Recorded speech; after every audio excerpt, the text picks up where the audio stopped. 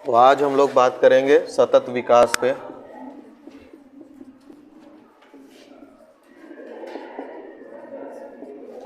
English में कहते हैं सस्टेनेबल डेवलपमेंट। सबसे पहले विकास देखेंगे, विकास का मतलब क्या होता है। क्या होता है विकास का मतलब, कोई बताना चाहेगा? एक शब्द होता है विकास और एक शब्द होता है वृद्धि। इसको डेवलपमेंट कहते हैं, इसको ग्रोथ कहते हैं। दोनों में अंतर होता है। क्या होता है? आप जनरली कभी कभी दोनों को एक ही तरह प्रयोग करते हैं। देखिए, ग्रोथ जो शब्द है यह मात्रात्मक है, मात्रात्मक। यह है गुणात्मक। इसका क्या मतलब है? मात्रात्मक, गुणात्मक। मात्रात्मक एग्जाम्पल के माध्यम समझिए। एक बच्चा है ए, जो 9th क्लास में पढ़ रहा है, उसका 50% आया। फिर वो 10th में गया, उसका 60% आया। क्या हो रहा है यहाँ पे? वृद्धि हो रही है। उसका परसेंट क्या हुआ है? बढ़ गया है 50 से 60। लेकिन उसका जो नॉलेज का स्तर है वो जितना 50% में था और जितना 60, जितना वो 10वीं में जानता था 9वीं में, और जितना ही 10वीं में जान रहा है, तो मतलब उसका डेवलपमेंट नहीं हुआ है। समझ रहे हैं? दूसरा उदाहरण, भारत की अर्थव्यवस्था मान लीजिए 2020 में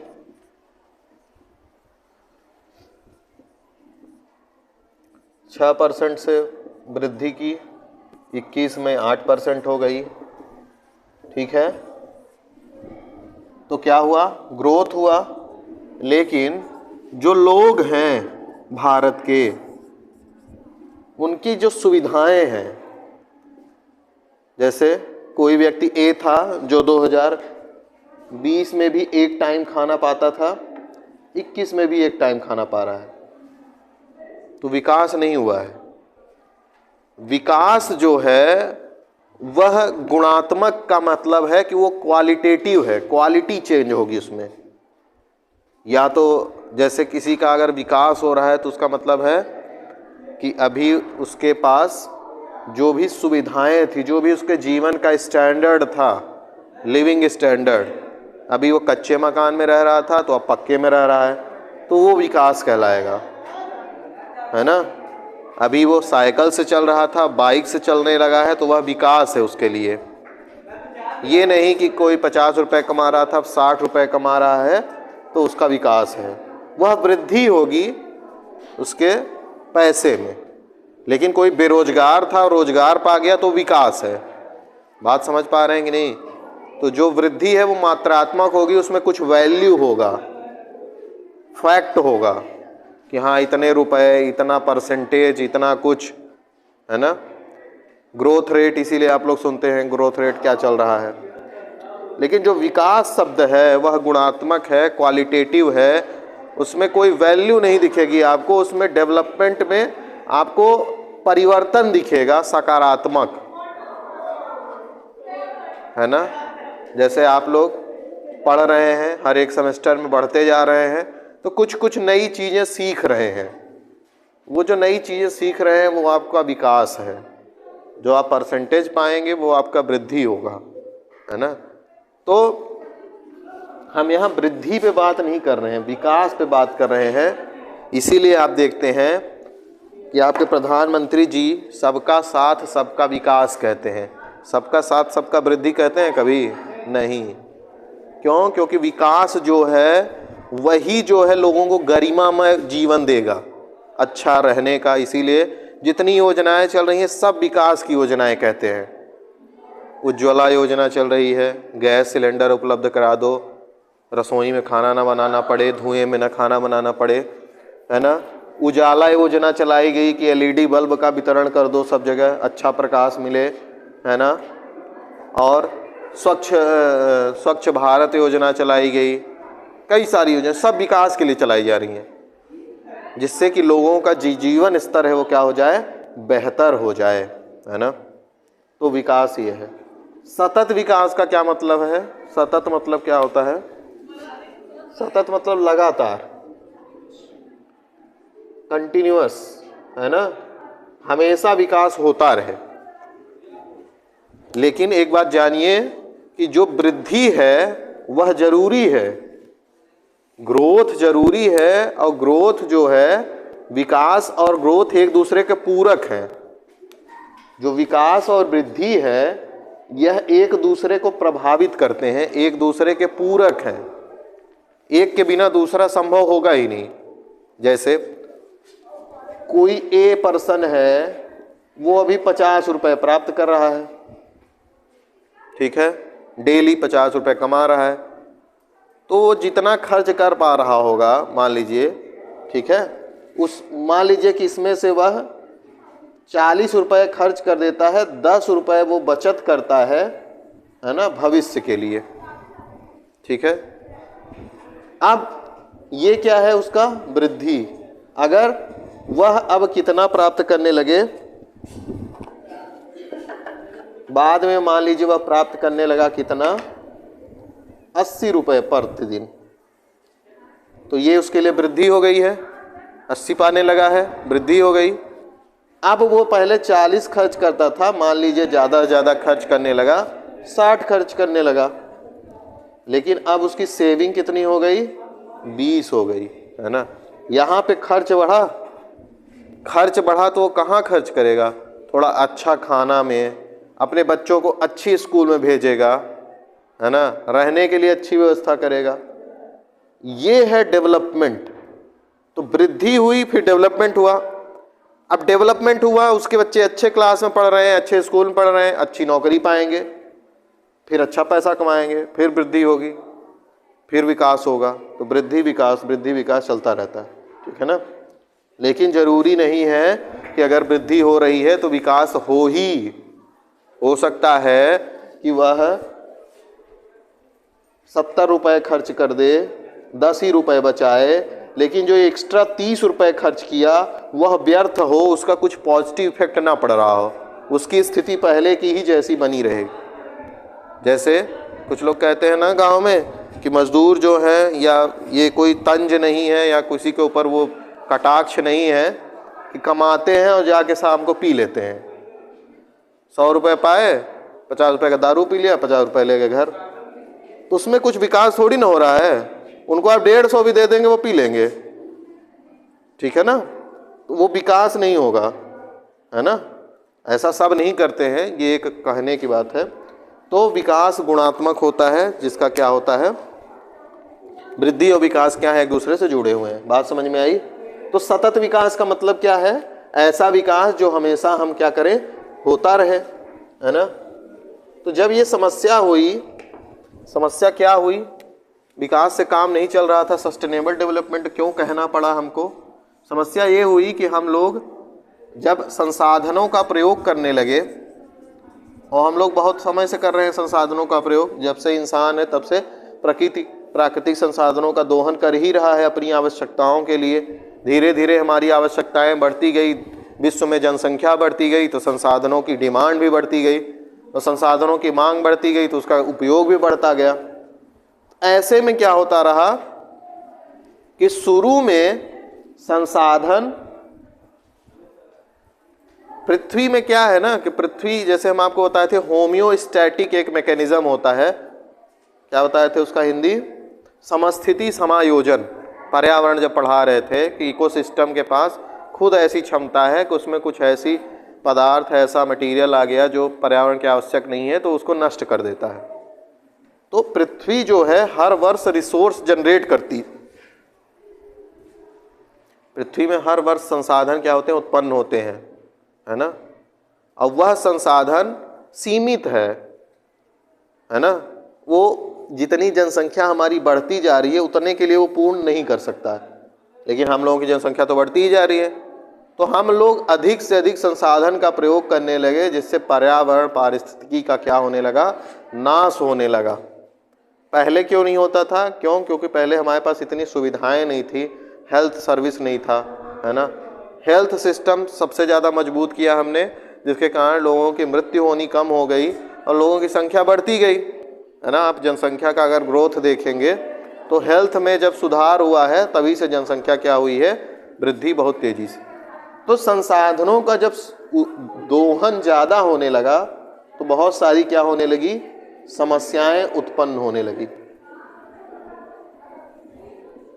और ये समस्याएं जो थीं ऐसी थीं या ऐसी हैं भी, अभी भी हैं, जो कि हमारे विकास को क्या कर रही थी, प्रभावित कर रही थी। हम आज अपने लिए जितने भी संसाधन हैं अगर उनका प्रयोग कर लेंगे तो जो आने वाली पीढ़ी है उसके लिए कुछ नहीं बचेगा। घर वाले सेविंग क्यों करते हैं, ज़मीन खरीद के रखेंगे कि मेरे लड़के को काम आएगा, है ना।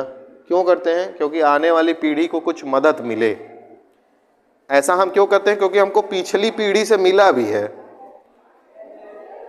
मान लीजिए A B C,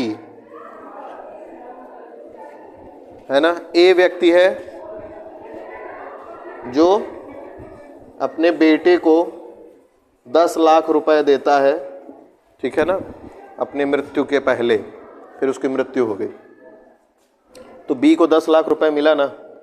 अब B को 10 लाख रुपए मिला तो उसका भी उत्तरदायित्व तो है ना कि अब C को वो ट्रांसफर करे कुछ। ऐसा ही होता है, एक जो जीव है वह अपने आने वाली पीढ़ी के लिए कुछ न कुछ दे के जाता है, चाहे वो ज्ञान हो, चाहे संपत्ति हो, कुछ भी हो। ऐसे ही प्रकृति में है कि हम लोग रह रहे हैं तो हमको जो हमारे पूर्वज हैं उन्होंने संरक्षण दे के कुछ पेड़ पौधा वृक्ष जीव जंतु दिए हैं जिनसे हम इकोसिस्टम में बने रहें, तो उसको हमको अगली पीढ़ी को भी ट्रांसफ़र करना है। उसी के लिए है सतत विकास। विकास जरूरी है, विकास जरूरी है। क्यों? क्योंकि हमको अपनी जीवन शैली को अच्छा करना है, सबको रोजगार देना है ना, भोजन उपलब्ध कराना है, तो विकास तो चाहिए। उद्योग स्थापित करना पड़ेगा, वाहन चलाने पड़ेंगे, लेकिन विकास को हमको ऐसे करना है कि पर्यावरण बहुत नष्ट ना हो। तो जो विकास और पर्यावरण के बीच का संतुलन है, विकास और पर्यावरण के बीच का जो क्या है संतुलन है, इन दोनों को बैलेंस करके जो डेवलपमेंट किया जाता है वही क्या है, सतत विकास है ना। सतत विकास का सिंपल सा मतलब है कि मनुष्य अपनी आवश्यकताओं की पूर्ति के लिए विकास करे, लेकिन वह आने वाली पीढ़ी के लिए भी संसाधनों को बचा के रखे। अपनी आवश्यकताओं की पूर्ति करना है, लेकिन आने वाली पीढ़ी के लिए भी जो है संसाधन क्या हो, बचे रहे, वही क्या है, सतत विकास है। ठीक है।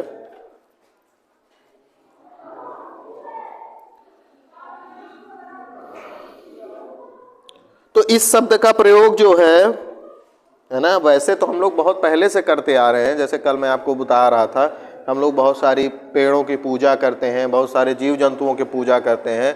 यह एक संरक्षण का ही तरीका है। लेकिन ये सतत विकास जो नाम दिया गया एग्जैक्ट, यह 1980 में एक विश्व संरक्षण रणनीति बनाई गई। विश्व संरक्षण रणनीति, ये जो समस्याएं बता रहे हैं ना, जैसे ग्लोबल वार्मिंग हो गया, पोल्यूशन हो गया, है ना, सॉइल इरोजन हो गया, फॉरेस्ट डिग्रेडेशन हो गया, ये समस्याएं जनरेट हुई। ये सब 1960-50 के दशक में होनी शुरू हो गई। क्यों? क्योंकि उसके पहले हमने बहुत सारी औद्योगिक क्रांति आदि हुई, जिसमें खूब सारा कार्बन जो है हमने इन्वायरमेंट में छोड़ा, है ना। आप ब्रिटेन की औद्योगिक क्रांति सुने होंगे, वहाँ बहुत सारा जो है हमने फिर कोयला के द्वारा बिजली पैदा करना शुरू किया, है ना, वाहन चलाना शुरू किया, तो उससे इन्वायरमेंट में carbon dioxide, green house gas मात्रा बढ़ी, जिससे बहुत सारी समस्याएं, global warming, green house gas और पोल्यूशन आदि बढ़ा। वो समस्याएं थी, उसी को टैकल करने के लिए सस्टेनेबल डेवलपमेंट जैसा कॉन्सेप्ट आया। तो 1980 के दशक में एक रणनीति बनाई गई, विश्व संरक्षण रणनीति, कि विश्व को बचाना है ना। तो वो रणनीति बनी। उस रणनीति में एक कमेटी बनाई गई 1983 में। इस रणनीति के तहत एक कमेटी बनाई गई, वह कमेटी बनाई गई 1983 में, है ना। जिसके जो अध्यक्ष थी वह एक देश है नॉर्वे, है ना, नॉर्वे देश है। उसकी प्रधानमंत्री थी जीएच ब्रंटलैंड। नॉर्वे की जो प्रधानमंत्री थी जीएच ब्रंटलैंड, महिला है। यह उस समय पे यहाँ के प्रधानमंत्री थे। नॉर्वे, स्वीडन और फिनलैंड 3 ऐसे देश हैं जो पर्यावरण को लेके बहुत एक्टिव रहते हैं। क्यों? क्योंकि ये ऐसे जगह पे स्थित है कि अगर ग्लोबल वार्मिंग हुई ना तो सबसे पहले यही डूबेंगे, तो इसलिए अपने जान बचाने के लिए ज़्यादा एक्टिव रहते हैं। तो नॉर्वे के प्रधानमंत्री जीएच ब्रंटलैंड ने इस कमेटी की क्या की? अध्यक्षता की। यह कमेटी बनी थी कि सतत विकास के लिए कुछ रूपरेखा बनाई जाए, कैसे किया जाए, क्या काम किया जाए। इस जो कमेटी थी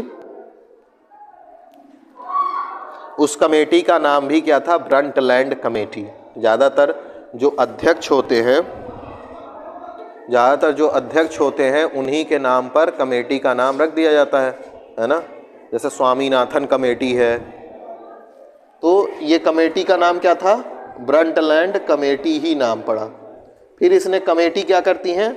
स्टडी करती हैं, है ना, फिर उसका रिपोर्ट जारी करती हैं। तो इन्होंने एक रिपोर्ट जारी किया जिसका नाम था आवर कॉमन फ्यूचर, हमारा साझा भविष्य। इस कमेटी ने जो रिपोर्ट जारी किया बहुत ही महत्वपूर्ण है। ये कई कंपटीशन में पूछा जाता है बार बार।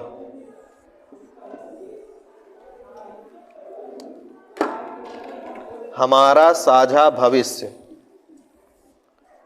Our common future.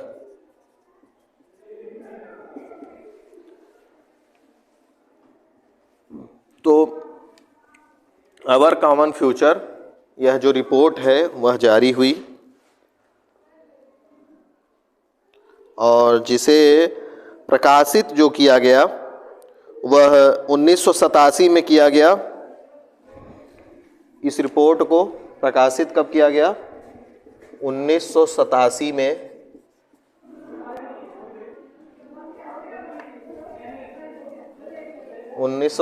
में कहाँ किया गया? World commission on environment and development. 1987 में यहाँ पे क्या किया गया? इसको प्रकाशित किया गया। World commission on environment and development, full form है उसका WCED का। तो 1987 में प्रकाशित। इसमें कई क्वेश्चन पूछा जाता है। आवर कॉमन फ्यूचर रिपोर्ट कब प्रकाशित की गई? 1987 में। कमेटी कब बनी? 1983 में। कौन अध्यक्ष थे? ब्रंटलैंड। ब्रंटलैंड कमेटी ने कौन सी रिपोर्ट जारी की? उसका क्या नाम है? Our common future. Sustainable development पे कमेटी कौन सी बनी थी? ब्रंटलैंड। सस्टेनेबल डेवलपमेंट पे जो कमेटी बनी उसने कौन सी रिपोर्ट जारी की? Our common future. बहुत क्वेश्चन बनते हैं, हर साल कोई ना कोई एग्जाम में पूछता ही रहता है। ठीक है, तो इस रिपोर्ट में क्या था कि इस रिपोर्ट में बताया गया कि सस्टेनेबल डेवलपमेंट क्या है, उसको कैसे हमको प्राप्त करना है, उसके लिए क्या क्या हमको कार्य करना चाहिए, क्या क्या लक्ष्य होने चाहिए। ठीक है, फिर इसके बाद क्या हुआ?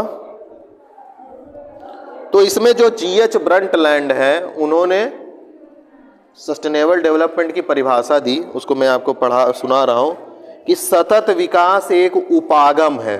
उपागम मतलब अप्रोच, एक तरीका है। उपागम मतलब क्या होता है? अप्रोच होता है, तरीका होता है कि आप कोई कार्य कर रहे हैं तो उसके लिए क्या तरीका अपना रहे हैं। तो सतत विकास एक अप्रोच है या तरीका है जो भविष्य में मानव की मांग की पूर्ति करने की पर्यावरण की क्षमता के साथ कोई समझौता किए बिना वर्तमान समाज की इच्छा और आवश्यकताओं की पूर्ति करता है। इसका मतलब यह है कि कहना चाह रहे हैं कि जो सस्टेनेबल डेवलपमेंट है यह एक उपागम है, एक अप्रोच है जिसकी मदद से आप जो वर्तमान में लोग हैं, जो वर्तमान का समाज है इसकी जो भी आवश्यकता है उसको पूर्ति कर सकते हैं, और जो आने वाला भविष्य है, जो भविष्य के लोग हैं, भविष्य की जो पीढ़ी है, उसके लिए भी आप उनकी आवश्यकताओं की पूर्ति के लिए भी संसाधन को क्या कर सकते हैं, सुरक्षित रख सकते हैं। यही ब्रंटलैंड जी ने कहा।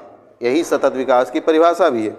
अगर आप इनके अनुसार परिभाषा लिखेंगे तो बहुत ही अच्छा नंबर अगर कहीं आता है तो मिलेगा आपको, या जहाँ कहीं भी आप इसको बताते भी हैं तो आपको इससे क्या मिलेगा, फायदा मिलेगा। फिर क्या हुआ, इसके बाद 1992 में बहुत ही महत्वपूर्ण सम्मेलन हुआ पर्यावरण को लेकर के, जिसको अर्थ समिट कहते हैं, पृथ्वी सम्मेलन। तो 1987 में रिपोर्ट प्रकाशित की गई। फिर 1992 में क्या हुआ, एक सम्मेलन हुआ 1992, जिसको कहते हैं अर्थ समिट। बहुत ही महत्वपूर्ण सम्मेलन है पर्यावरण और विकास आदि के संबंधित, जिसको पृथ्वी सम्मेलन भी कहते हैं। कहाँ हुआ था, कहाँ हुआ था, रियो डी जेनेरियो में। कहाँ है यह, ब्राजील में। सबसे ध्वनि प्रदूषित सिटी यही है, पता है आपको? नहीं पता है?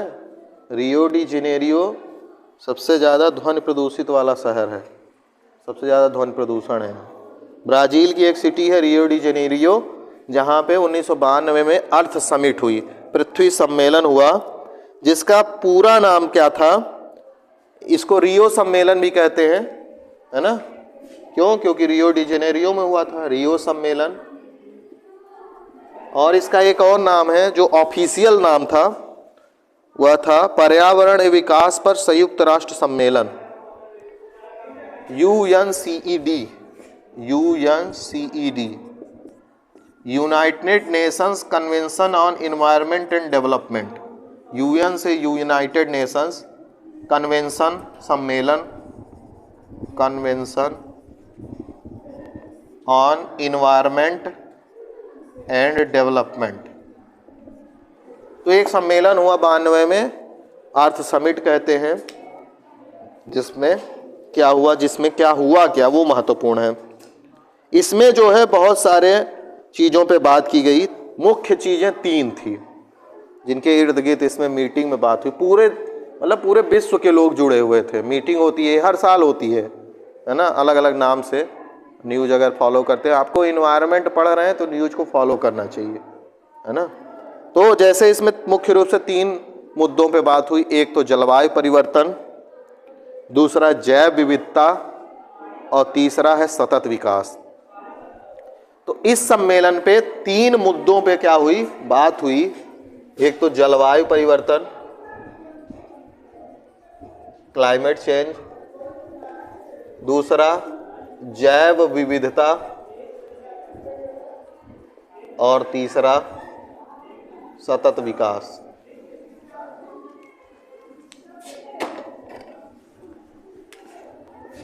सतत विकास, और हम इसी पे बात कर रहे हैं, है ना। तो सतत विकास पर भी बात हुई किसमें, अर्थ समिट में 1992 में। फिर उसके बाद से कई मीटिंग, अब इसके बाद से क्या हुआ, सब के लिए अलग अलग मीटिंग होने लगी। जलवायु परिवर्तन के लिए अलग मीटिंग होती है, एक संस्था है IPCC, हर साल रिपोर्ट भी, जैसे अभी 5वीं IPCC की रिपोर्ट आई थी। जैव विविधता पर अलग सम्मेलन होने लगे, और सतत विकास पर अलग सम्मेलन होने लगे। इसके बाद 1992 के बाद से सबसे पहले तो इसमें जो बात हुई वो क्या बात हुई,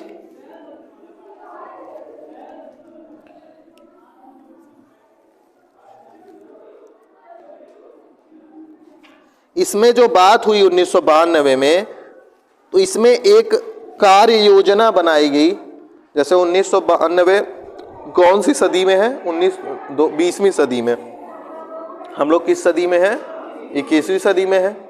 तो यहाँ पे सतत विकास के अंतर्गत एक कार्य योजना बनाएगी जिसको कहा गया एजेंडा 21। एजेंडा 21 मतलब कि 2000 जो 21वीं सदी है, जो आने वाली सदी है, क्योंकि ये 20वीं सदी में हुई थी मीटिंग ना, 1992 20वीं सदी में था, तो जो आने वाला भविष्य था 21वीं सदी का, उसके लिए एक एजेंडा बनाया गया, एक कार्य योजना बनाएगी कि हमको 21वीं सदी में कैसे पर्यावरण को बचाना है और सतत विकास क्या करना है, करना है। ठीक है ना। उसके लिए बहुत सारी मीटिंग हुई है, देखते हैं अभी क्या क्या हुआ है। ठीक है, बात समझ रहे हैं कि नहीं। फिर इसके बाद क्या हुआ कि फिर इसके बाद 3 मीटिंग और हुई हैं इसमें, जिसको रियो 5, रियो 10 और रियो 20 कहते हैं। तो इसके बाद फिर आगे देखते हैं क्या कहानी है इसकी।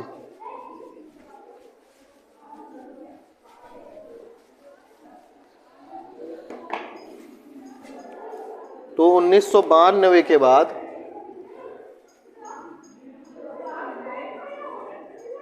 रियो +5, रियो +10, रियो +20, ये वर्ष है कि रियो सम्मेलन जो हुआ था उससे कितने वर्ष बाद। तो ये 1997 में, यह 2002 में और यह 2012 में। ठीक है, इन समयों पर यह मीटिंग हुई, 5 साल के अंतराल पे मीटिंग हुई है ना। ज़्यादातर जो मीटिंग है ऐसे ही होती हैं। तो जो रियो +5 था उसमें क्या हुआ कि जो एजेंडा 21 बनाया गया था कब, 1992 में, उसमें बहुत सारी चीज़ें थी कि कैसे क्या काम करना है सतत विकास को लेकर के। जो ब्रंटलैंड कमीशन ने रिपोर्ट दी थी कि क्या रूपरेखा होनी चाहिए, उसी पे इस पे बात हुई, उसी को एजेंडा 21 में शामिल किया गया कि आप सतत विकास के लिए कार्य कीजिए, सतत विकास के लिए कार्य कीजिए। और उसको जो समीक्षा किया गया वो 1997 में 5 साल बाद देखा गया कि क्या काम हुआ। जैसे सरकार करती है ना, योजना चलाती है, फिर उसकी समीक्षा करती है काम हुआ कि नहीं हुआ। तो रियो +5 में उसकी क्या की गई, समीक्षा की गई। और समीक्षा करने पर पता चला कि कार्य जो है वो हो नहीं रहा है, काम हो नहीं रहा है सतत विकास की दिशा में। लोगों के बीच में असमानता, गरीबी, भुखमरी जैसी समस्याएं जो हैं बनी हुई है ना। जबकि डेवलपमेंट का मतलब है कि गरीबी हटाना है, विकास है, तो स्वच्छता चाहिए, स्वच्छ पानी चाहिए, स्वच्छ भोजन चाहिए, ये विकास का मतलब है। तो 5 साल बाद पता चला कि कुछ काम हुआ नहीं है। तो फिर अगला मीटिंग कहे कि चलो अगली मीटिंग में अब देखते हैं क्या करते हो। इंतज़ार किए 5 साल और, फिर आ गया 2002 का समय। तो उसमें मैं क्या हुआ, 2002 में फिर से वही एजेंडा 21 के जो लक्ष्य थे उनको रिवाइज किया गया और एक millennium development goal MDG, millennium development goal बनाया गया है ना। कितने सालों के लिए, सहस्त्राब्दी कहते हैं इसको, हिंदी में कहते हैं इसको सहस्त्राब्दी विकास लक्ष्य, सहस्त्राब्दी विकास लक्ष्य, मिलेनियम डेवलपमेंट गोल। ये कब बनाया गया, 2002 के रियो समिट में लिया गया। ये महत्वपूर्ण है मिलेनियम डेवलपमेंट गोल, है ना। ऑब्जेक्टिव क्वेश्चन बहुत बनते हैं इससे। तो रियो 10 में 2002 में इसको शामिल किया गया। इसमें कई सारे गोल बनाए गए, है ना, कि हमको इतने गोल जो है इतने सालों में प्राप्त करना है। ठीक है ना। और वह साल था 2015, मतलब 2015 तक में हमको इसके अंतर्गत कई सारे लक्ष्य बनाए, उनको क्या करना था, हमको प्राप्त करना था। ठीक है। फिर अगला जो सम्मेलन हुआ वह 1992 के सम्मेलन के 20 साल बाद हुआ, 2012 में, जिसमें यह समीक्षा की गई कि ये मिलेनियम डेवलपमेंट गोल के लिए जो लक्ष्य बनाए थे कि गरीबी, भुखमरी ये सब समाप्त करना है, उस पर कितना काम हुआ है। तो वही समस्या रही, काम नहीं हुआ है ज़्यादातर, है ना। जैसे हम लोगों की आदत होती है, प्लान बनाते हैं लेकिन काम नहीं करते हैं, तो वैसे ही यहाँ भी हो रहा था। तो फिर क्या किया इन्होंने,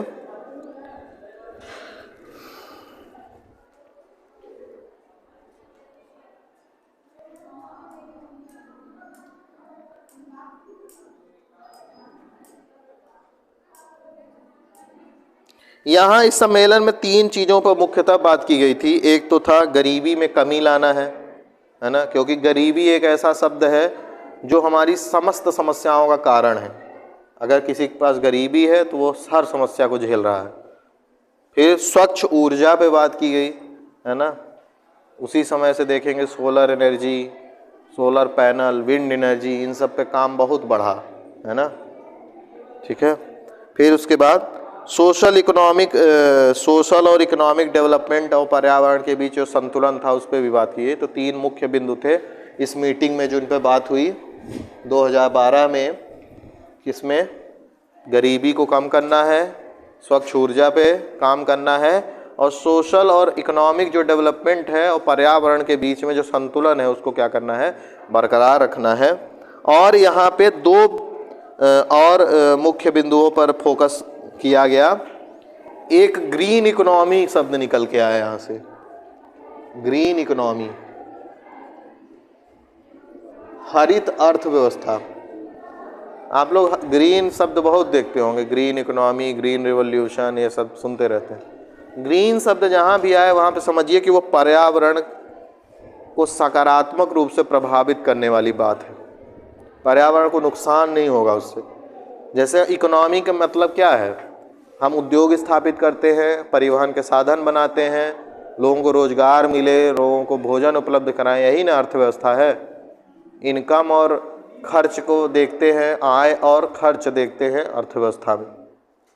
तो हमको ऐसे इकोनॉमी चलानी है कि जिससे पर्यावरण को क्या हो, नुकसान ना हो, ना तो ज़्यादा ग्रीन हाउस गैसें उत्सर्जित हो, ना तो वनों को ज़्यादा काटना पड़े, ना तो खनन का कार्य बहुत करना पड़े, ना तो पेड़ पौधे नष्ट हों। यूज करें लेकिन उतना ही हम क्या करें, डेवलप कर दें, तैयार कर दें पेड़ पौधे। यही है ग्रीन इकोनॉमी साधारण शब्दों में। तो इस पे भी बात हुई। और इसमें जो है इसका जो मतलब जब मीटिंग होती है ना ये सब, तो इसके बाद एक कोई पूरे मीटिंग का एक लेखा जोखा प्रकाशित किया जाता है ना, वो हर मीटिंग के बाद प्रकाशित किया जाता है। तो यहाँ भी प्रकाशित किया गया और उसका जो नाम था महत्वपूर्ण है, the future we want, the future we want. मतलब जो दस्तावेज प्रकाशित किया गया उसका नाम रखा गया कि हमारा भविष्य कैसा हो, हमारा भविष्य कैसा हो। यहाँ एक और निर्णय लिया गया, वह निर्णय था सस्टेनेबल डेवलपमेंट गोल्स। एक नए गोल लाए गए। क्यों? क्योंकि मिलेनियम डेवलपमेंट गोल जो था उसकी समाप्ति थी 2015 में। ये मीटिंग कब हो रही है? 2012 में। ये 15 साल के लिए लाया गया था लगभग, है ना, यह 15 साल के लिए लगभग लाया गया था। तो इसकी समाप्ति 2015 में होने वाली थी। तो 2015 के बाद अब क्या काम होता मीटिंग करने का? कोई जरिया तो चाहिए ना बात करने के लिए। तो एक नया गोल तैयार किया और वह नया गोल क्या था? मिलेनियम डेवलपमेंट गोल को समाप्त करके सस्टेनेबल डेवलपमेंट गोल SDG, जो 2015 से लेकर के 2030 तक अगले 15 सालों के लिए क्या किया गया? कहा गया कि 2015 से लागू हो जाएगा। जो लागू भी हुआ, आज भी चल रहा है, 2030 तक चलेगा, है ना। जिसमें क्या बनाया गया है? 17 लक्ष्य रखे गए हैं। इस 17 लक्ष्यों को हमको प्राप्त करना है। कब तक? 2030 तक प्राप्त करना है, जो कि बहुत ही महत्वपूर्ण है। सारे लक्ष्य जिनका नाम आपको क्या होना चाहिए? पता होना चाहिए। तो उन 17 लक्ष्यों को हम लोग लिखेंगे।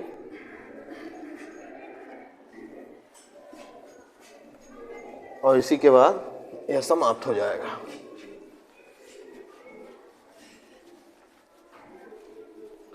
तो 2015 से लागू हुआ क्या? Sustainable development goal. 2015 से लेकर 2030 तक में सस्टेनेबल डेवलपमेंट गोल प्राप्त करना है, जिसमें 17 क्या हैं? गोल है, 17 लक्ष्य। इनको हमको प्राप्त करना है। और भारत भी इसमें शामिल है। भारत ने भी यूनाइटेड नेशन इन्वायरमेंट के काम में भारत बहुत आगे रहता है ना। यूनाइटेड नेशंस की कोई भी मीटिंग हो, भारत उसमें बढ़ चढ़ के भाग लेता है। तो इसमें जो प्रमुख 3 बिंदु हैं जो महत्वपूर्ण हैं, उसके बाद बात करते हैं। तो 3 जो बिंदु थे, पहला था कि गरीबी और भूखमरी को समाप्त करना है। 15 सालों में गरीबी और भूखमरी तो समाप्त ही हो जाए, क्योंकि गरीबी और भूखमरी से ही सारी चीज़ें जुड़ी हुई हैं। कोई व्यक्ति गरीब है, वो अपने बच्चों को नहीं पढ़ा पाएगा, अच्छा घर नहीं होगा, अच्छा पीने का पानी नहीं प्राप्त करेगा, अच्छा रहन सहन नहीं होगा, बीमार रहेगा, बुद्धि काम नहीं करेगी, तो पैसा कमाने के लिए क्राइम करेगा, जिससे समस्याएं बढ़ेंगी। तो गरीबी जो है बहुत महत्वपूर्ण है और बहुत ही खराब चीज़ है। ठीक है। दूसरा कि जेंडर इक्वलिटी को लाना। जेंडर इक्वलिटी मतलब स्त्री और पुरुष समान है हर कार्य के लिए, है ना। अब देख रहे हैं धीरे धीरे, अब तो आर्मी में भी सब में दिया जा रहा है मौका। तो ये जेंडर इक्वलिटी ही है ना। पढ़ने को मौका दिया गया, है ना। तो ये सब जेंडर इक्वलिटी है जो कि उनको बहुत पहले मिलना चाहिए था, जिसके लिए लड़ाई करनी पड़ रही है लोगों को, तब मिल रहा है। तो ये समस्या है, इसको उपलब्ध कराना है। और सभी को क्या है, सम्मानित जीवन, गरिमामय पूर्ण जीवन मिले। 3 जो बेसिक मूल बातें हैं इस 15 जो 17 गोल बनाए गए हैं कि सबसे महत्वपूर्ण है गरीबी और भुखमरी, जिसको नष्ट कर दो। दूसरा है कि जेंडर इक्वलिटी लाओ, है ना।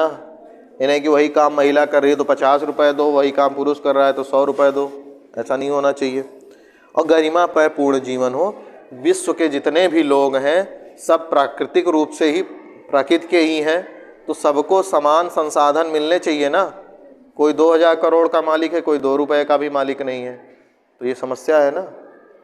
तो ये नहीं होना चाहिए। तो इसीलिए सरकारें काम करती हैं। तो 17 जो गोल हैं उनके थोड़ा शॉर्ट में देख लेते हैं, आपको डिटेल में भी पढ़ना चाहिए इसको। तो सबसे पहला गोल है नो पॉवर्टी, मतलब गरीबी खत्म कर दो। 2030 तक हमको लाना है कि गरीबी रहे ही ना, है ना। देखते हैं हम लोग कितना प्राप्त कर पाते हैं। दूसरा है जीरो हंगर, नो पॉवर्टी, गरीबी खत्म करो। जब गरीबी खत्म हो जाएगी तो क्या कोई ऐसा व्यक्ति रहेगा जो भूखा मरता रहे? नहीं। तो नो पॉवर्टी जब हो जाएगी तो जीरो हंगर भी हो जाएगा, है ना। फिर तीसरा है गुड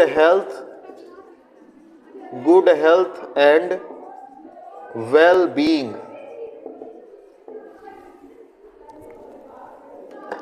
हिंदी भी नहीं समझ में आएगा तो पूछ लीजिएगा।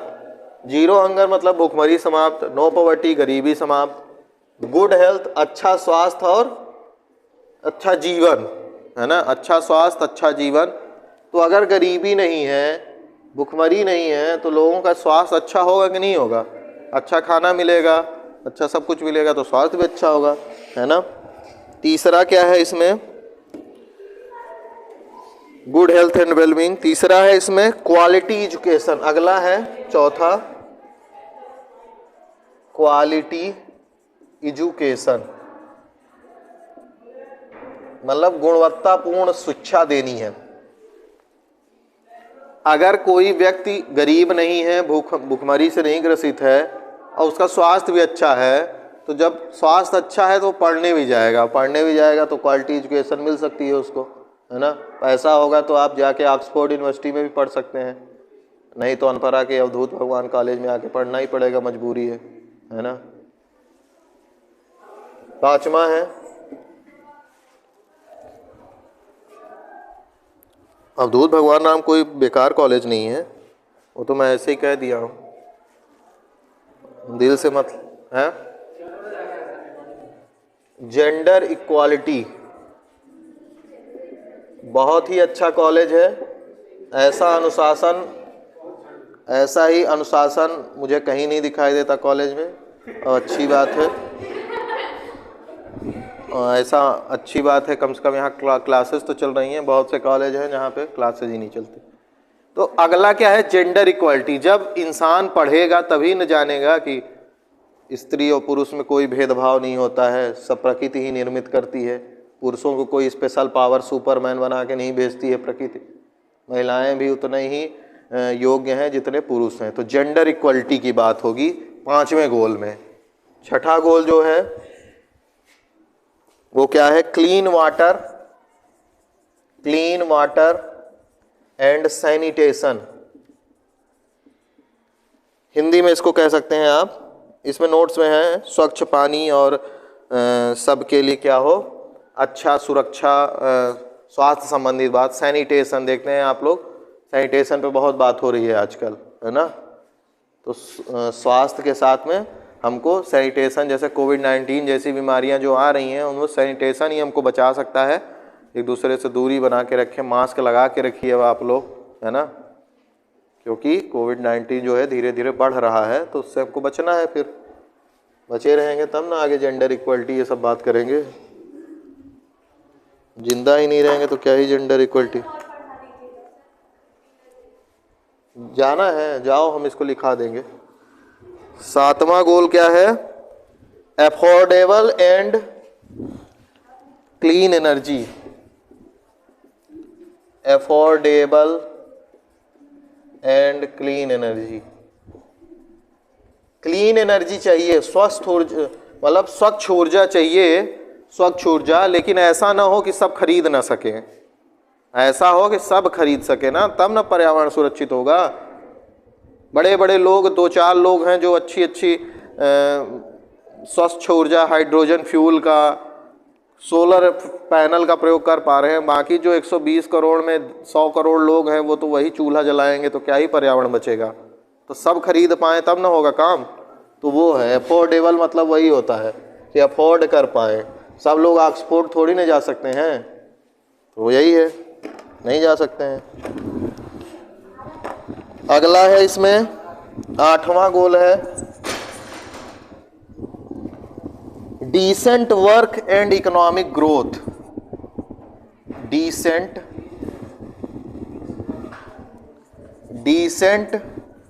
वर्क एंड इकोनॉमिक ग्रोथ, है ना।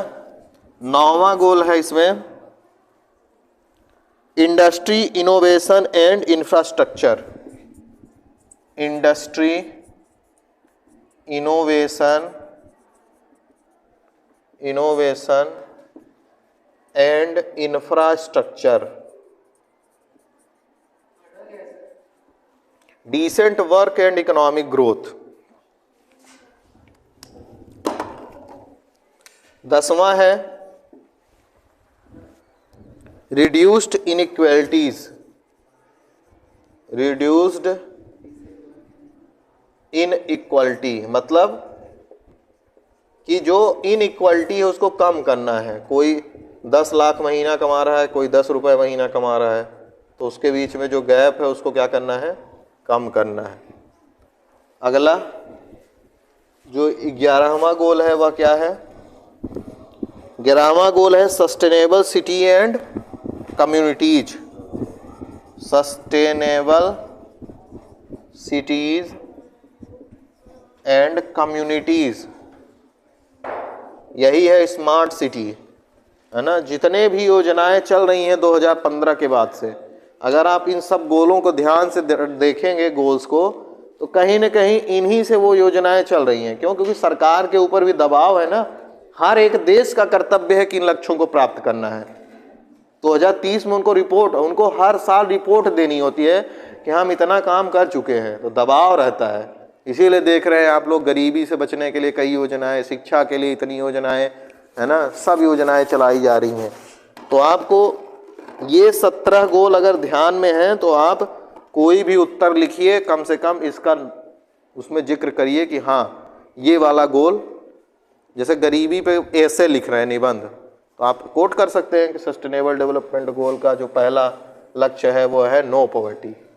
तो ये 11वां गोल हो गया। 12वां गोल लिख लीजिए, रिस्पॉन्सिबल कंजम्पशन एंड प्रोडक्शन।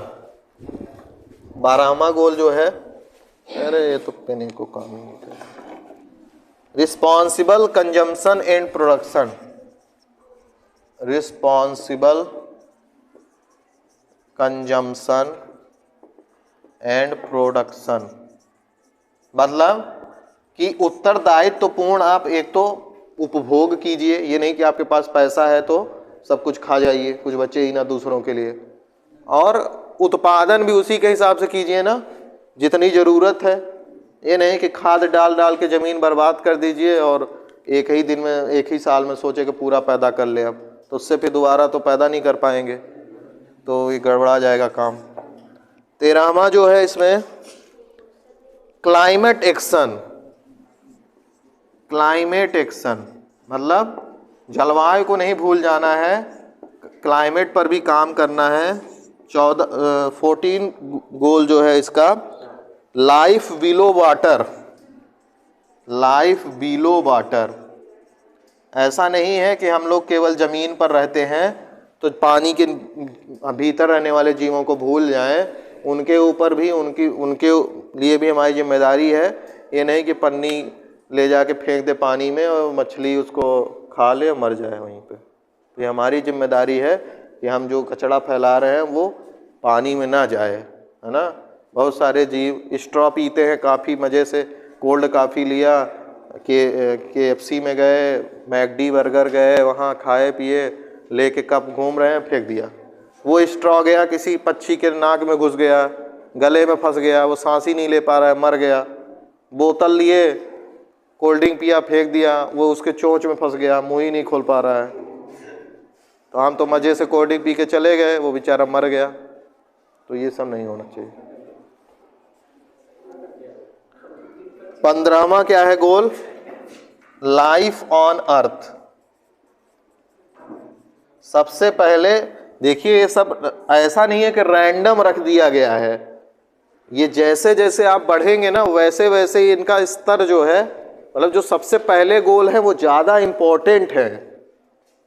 उसके बाद के जो गोल है इम्पोर्टेंट तो 17 ही है, लेकिन सबसे पहले जो है उनको तो पूरा ही करना है। क्यों, गरीबी जैसी समस्या रहे, बाकी सब सही कर लीजिए तो कोई दिक्कत नहीं, कुछ नहीं होगा। गरीबी समाप्त करेंगे, बहुत सारी समस्याएं अपने से दूर होती है। Life on earth. 16th number का गोल है peace, justice and institution. Peace, justice and institution, बस 17 लास्ट ही है। शांति, न्याय और जो संस्थाएं हैं वो ऐसी हों कि शांति और न्याय को पूर्ण करें। जब भोजन मिले रहेगा तब ना शांति और न्याय की बात होगी। 17वां जो सबसे लास्ट गोल है वह है partnership for the goals. Partnership for the goals. जितने ये 16 गोल थे ना, उसके लिए आपको पार्टनरशिप करनी है। पार्टनरशिप किससे करेंगे, सरकारें निजी संस्थानों से करेंगी, है ना, लोग आपस में पार्टनरशिप करें, NGO आप सुनते होंगे बहुत सारे, ये सब काम करते हैं। तो ये सस्टेनेबल डेवलपमेंट गोल था।